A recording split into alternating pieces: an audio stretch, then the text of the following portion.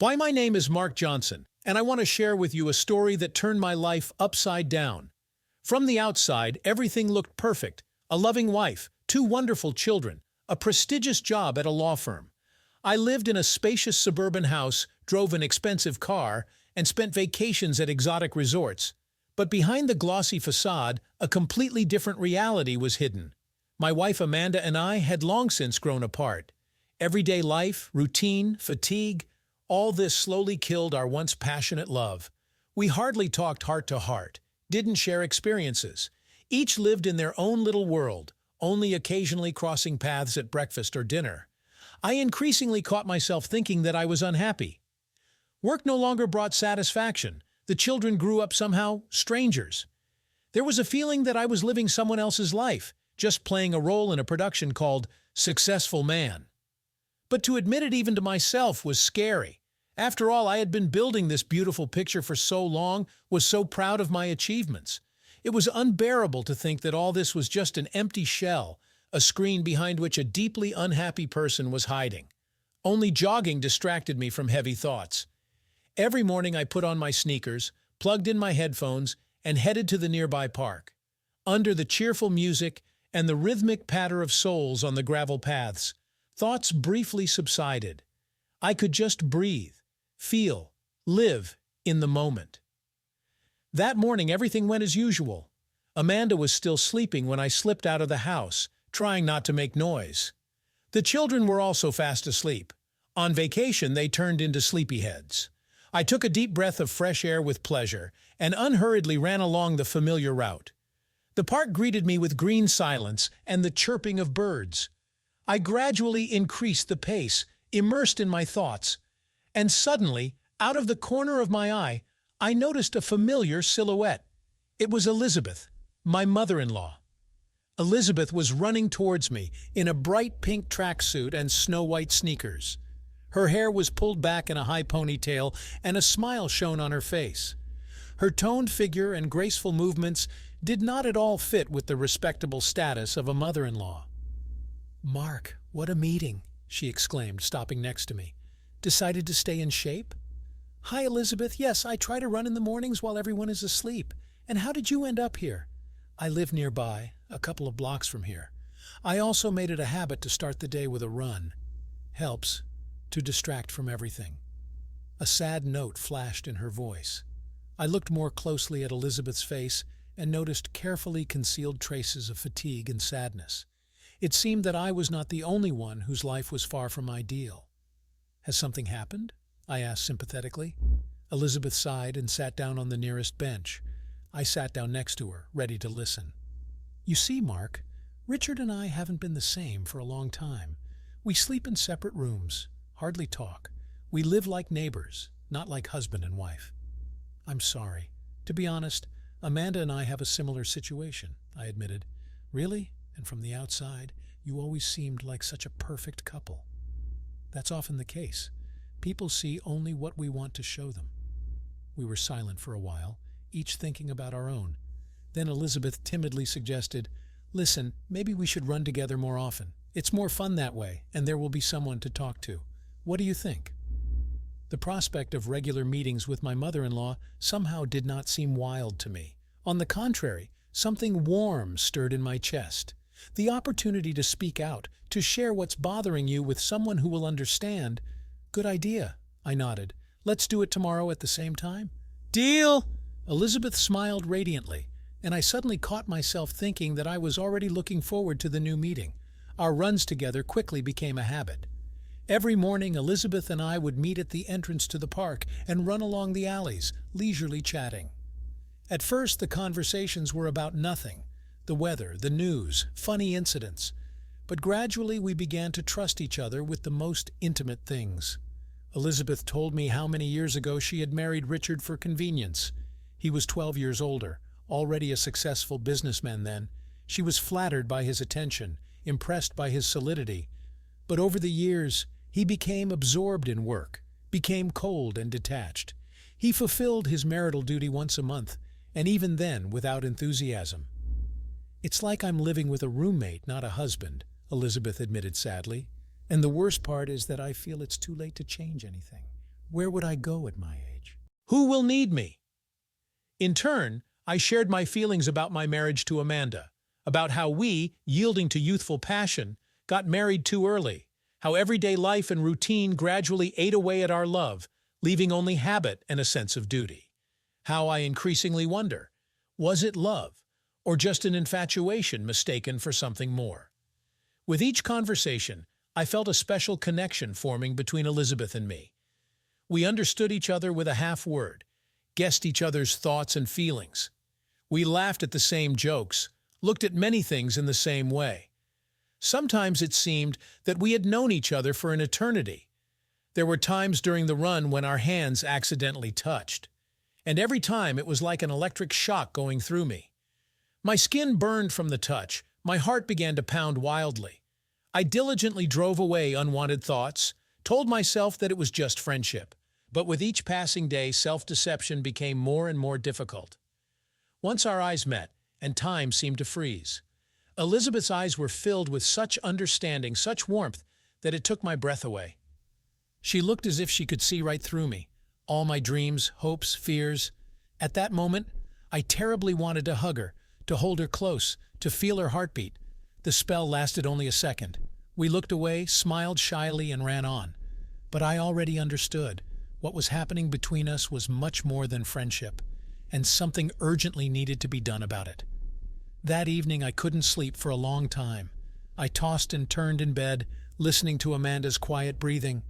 My head was spinning with a recent conversation with Elizabeth. No, not even a conversation. A confession. After another run, we sat down on a bench to catch our breath. We silently looked at the duck pond, each immersed in our own thoughts. Finally, Elizabeth turned to me and softly said, "Mark, I can't go on like this anymore, pretending, acting like nothing is happening between us. I think I've fallen in love with you." It was as if the ground had gone from under my feet. Here they were, the words that I simultaneously craved and feared to hear. So I wasn't the only one drowning in this pool of forbidden feelings. So it wasn't my imagination. It wasn't a dream. It was all for real. "Elizabeth," my voice cracked with emotion. I feel the same way. Have for a while now. I was just afraid to admit it to myself." She gasped convulsively and clutched my arm. Her fingers trembled. "What are we going to do, Mark? This is crazy. We're relatives. We have families, children. It's not right." I covered her hand with mine. I stroked the thin skin, barely restraining myself from kissing each finger. I know everything. But can you command your heart? Can you overcome such a strong feeling? And you really want to be with me, despite everything?" Elizabeth's eyes were filled with such hope, such undisguised tenderness, that my heart ached. "Yes, it's probably terribly selfish, but I can't help it. Only with you do I feel alive, real." She sobbed and hugged me impulsively. She buried her face in my neck, enveloping my skin with her hot breath. I held her close, buried my nose in her soft hair. That's how we sat, two lonely hearts who had found each other against all odds. "Let's be together," I whispered. "We'll steal a little happiness from fate, and then what will be, will be." Elizabeth nodded and pressed even closer to me. I understood that we had chosen a dangerous path, but I couldn't turn back anymore. I had been stifling all sincere impulses in myself for too long. I was too tired of being the right, convenient, ideal husband and son-in-law. Now, embracing the woman I loved, I finally felt that I was not living in vain. Our meetings with Elizabeth became secret and passionate. We no longer just ran in the park. We looked for secluded places to enjoy each other's closeness. As soon as we were alone, all barriers, all prohibitions were torn off. I explored her body like an exquisite musical instrument. Every moan, every sigh was sweeter to me than any melody. With Elizabeth, I learned to feel again, to breathe deeply. She was my breath of freedom, my escape in a stuffy world of lies and pretense. How many times we made love on the sagging couch in the hotel room? Countless. This shabby motel on the outskirts of town became an oasis for us, a secret refuge. Here you could forget about everything for a few hours and just drown in caresses, whispers, touches. "Mark," Elizabeth exhaled, arching under my kisses. I love you so much. And I love you, darling, more than life. I would reply, burying my face in her hair. Afterward, we would lie in each other's arms, listening to the beating of our hearts. We didn't want to think about the real world waiting outside the room door. About unloved spouses, about the need to lie and make excuses. Now, in this brief moment of unity, there were only two of us, two loving hearts. But at some point, the bubble of illusions would burst. It was necessary to return home, to put on the usual masks. Elizabeth would go to her cold husband, I to an estranged wife. And we both understood. What we were doing would sooner or later bring pain. Amanda started to suspect something. She would give me strange looks, sniff as if looking for a strange smell. She would make scenes more and more often for no reason. She accused me of indifference, of losing interest in the family. "You're completely out of control, Mark," she would shout, throwing a pillow at me. "You're out God knows where, you lie, you're evasive. I don't recognize you." I stoically endured these outbursts of aggression. And what else could I do? I couldn't confess to cheating. Too much was at stake. The children, the division of property, public opinion.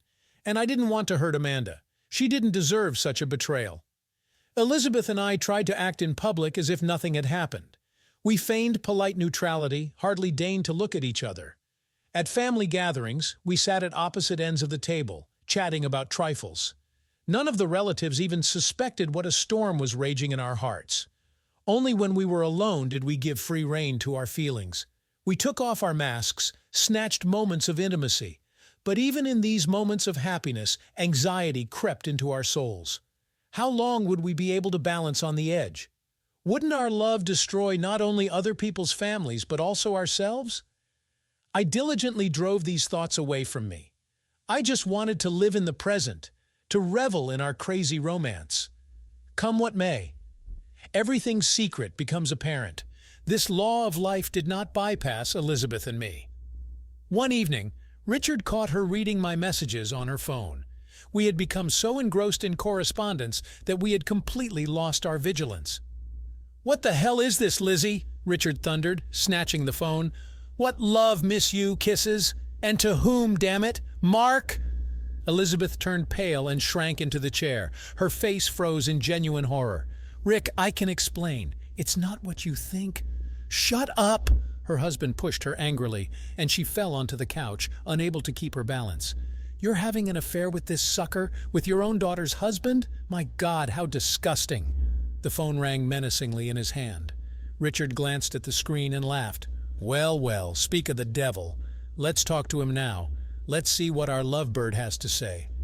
Elizabeth rushed at him in desperation, trying to take away the phone. But Richard roughly pushed her away and pressed the answer button. At that moment, Amanda was just coming from my place. She had decided to surprise her parents, to drop by with a pie. I don't know what the furious Richard blurted out to her, but she came home in a disheveled state. "You!